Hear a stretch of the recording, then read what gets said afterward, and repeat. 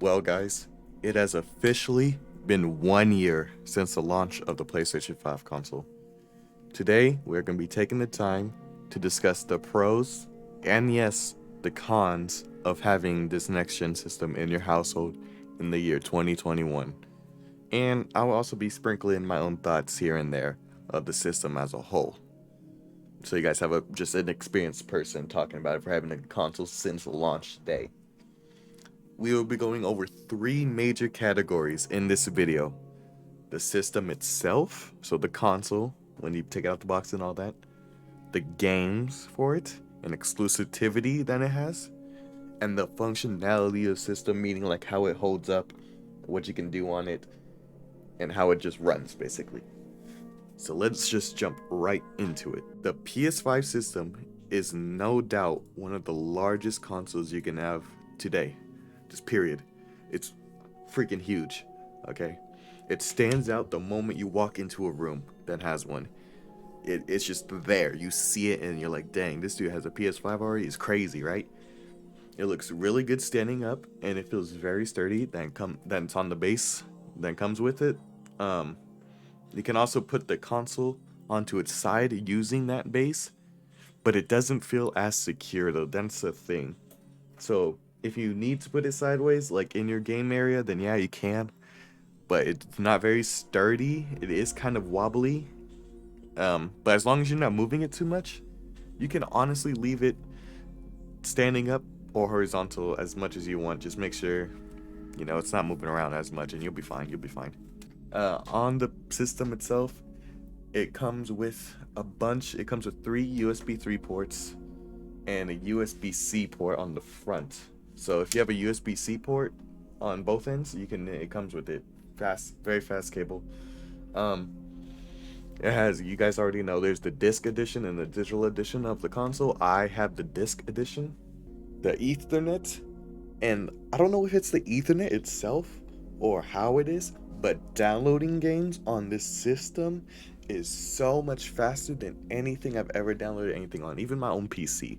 It takes me like 10 minutes to download an 80 gigabyte game with my internet. And before on PS4, it was take like 4 hours with the same internet. It's crazy. I don't know what they did, but it is faster. You can also, if you need to and want the extra space, you can take off the sides of the PS5, unscrew apart in the PS5, and put in an internal SSD to expand your storage space. I personally don't have one, so I can't show you that, but it is an option to expand your internal storage for fast SSD speed. And then if you don't want to do that and you have all these PS4 games and you don't want to put it on your SSD and you're saving it for PS5 games, you can put it all your PS4 games, you can put them onto a hard drive. That's what I have. I have a 2 terabyte external hard drive connected to the PS5 in the back. And that's how I have all of these PS4 games here. USB extended storage, as you guys can see. I have a bunch of these aren't touched by the SSD, so they have normal load time, sadly. But it doesn't take up any internal SSD space that you can save for all these PS5 games. Only, as you can see, they're all PS5 for me. And yeah, that's the system itself, you guys. So the games and exclusivity. I can never say that word, but you guys know what I mean. Exclusive stuff for this console. S tier. S tier.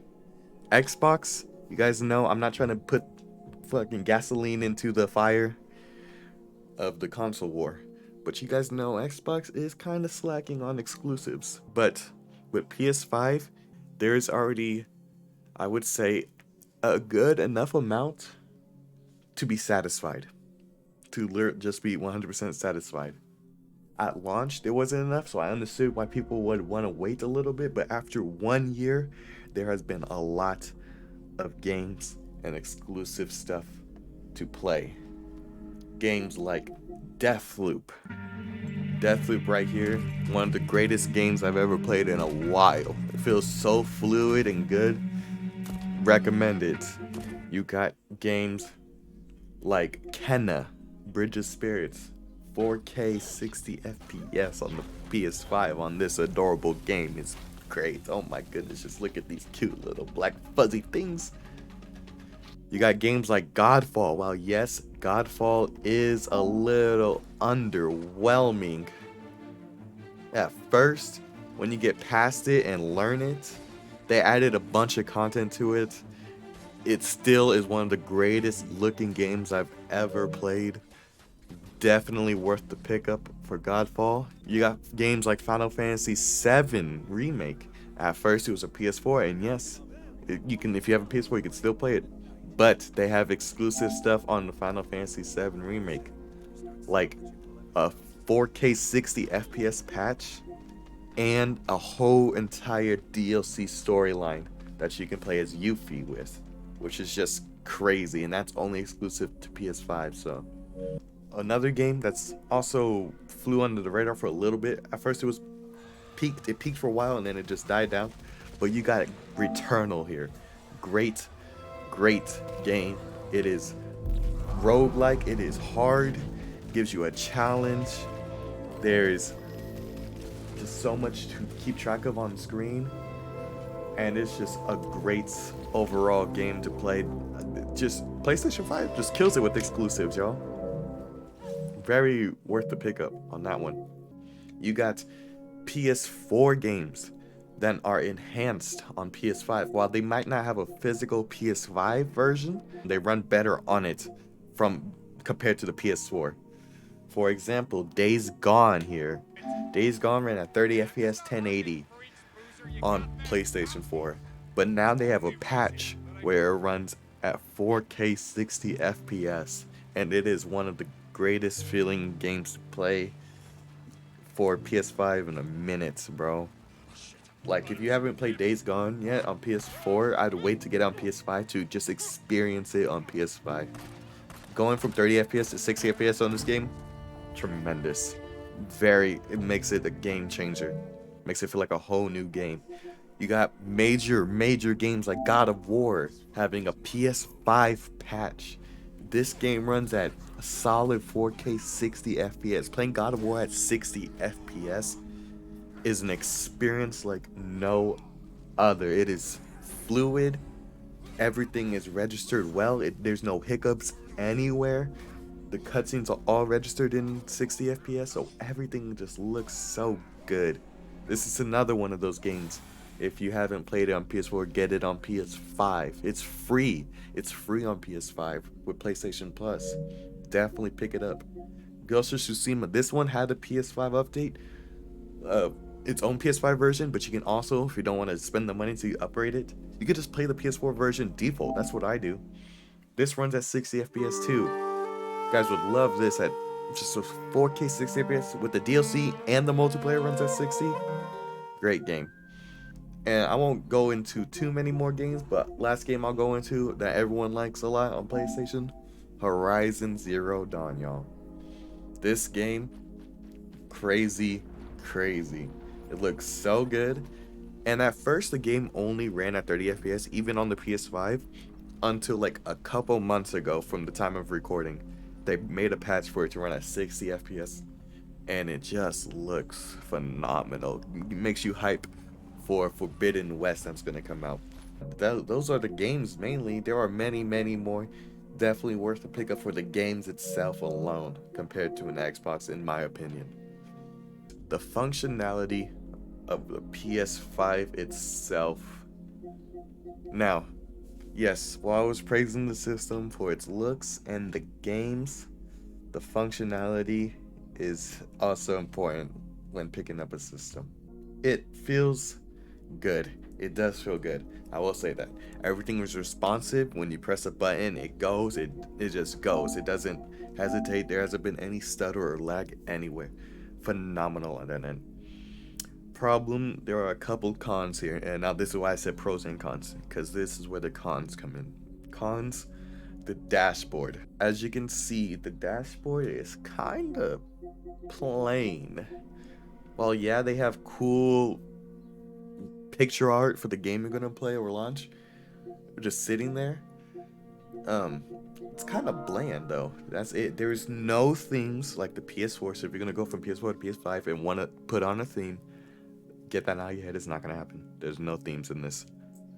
I rest in peace themes, bro. I miss them. But one thing I will say though that is kind of cool is whenever you hover over a game, it plays for certain games. It plays like it's music.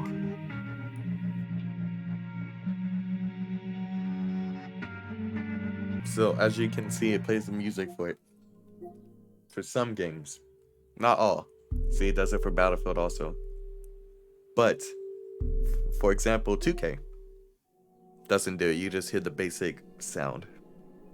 It's still cool though. Other functionality stuff. The store, I like how it's integrated, but it does feel a bit weird to navigate. I get lost in this place trying to find stuff certain times.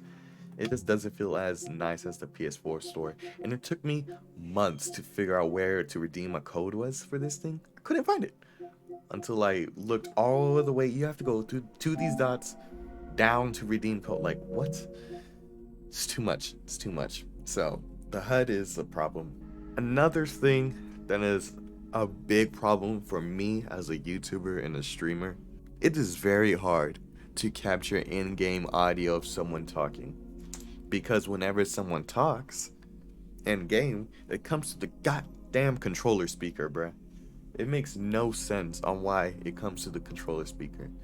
So if you are a YouTuber or streamer, you have to figure out a way to change your audio to come out through TV speakers instead of your controller speaker. And the only way to do that is to plug in a whole headset, go down to sound over here, change your output device to HDMI TV, change your mic. It's so stupid. It's too much. There's no setting where you can just have voice chat default come to TV speakers and talk through your controller. It's ridiculous. Makes no sense on why that's not a thing. I hope they add it in the future, but as of right now, no. If you are a YouTuber and streamer, you gotta go through loopholes to just try and hear game chat. If you're like a 2K player, for example, and wanna talk some trash.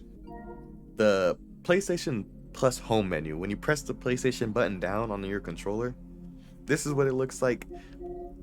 Honestly, very underwhelming. There's no quick resume feature like how the Xbox has one where you can just launch a game and then launch the next one and keep the same progress. No, all games quit and close, but you do have a quick switcher if you want to switch the games. But remember, the game's closed, it doesn't really do anything. Game base, always adding friends to a party and inviting has always been weird in PlayStation. You know, you gotta work with what you got. It's there. Broadcasting straight up from the system is fire though, I will say that. 1080p 60 FPS with great bitrate.